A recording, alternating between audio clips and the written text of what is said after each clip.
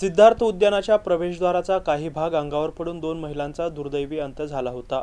या दुर्घटनेनंतर तब्बल 1.5 महिना सिद्धार्थ उद्यान बंद ठेवण्यात आले होते।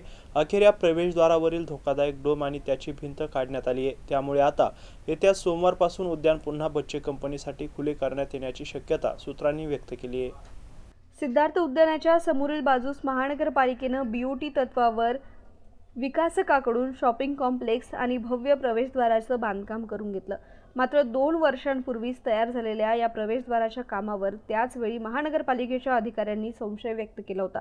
कामाचा दर्जा निकृष्ट असल्यानं आणि प्रवेशद्वारावर बसवण्यात आलेले डोम अगदी धोकादायक असल्याचंही सांगण्यात आलं होतं। दरम्यान मागील 3 दिवसांपासून प्रशासनाच्या आदेशाचे प्रवेशद्वारावरील धोकादायक डोम आणि त्यालगत असलेली भिंत काढण्यात आली आहे। त्यामुळे आता सोमवारपासून उद्यान सुरू होण्याची शक्यता सूत्रांनी व्यक्त केली आहे। आता उद्यान लवकरच सुरू होणार आहे, परंतु या निकृष्ट कामामुळे केवळ नोटीस बजावण्याचेच काम करणारे आणि विकासकावर कुठलीच कारवाई न करणारे प्रशासनातील दोषी अधिकारी कोण आहेत हे गूढ अद्यापही कायम आहे।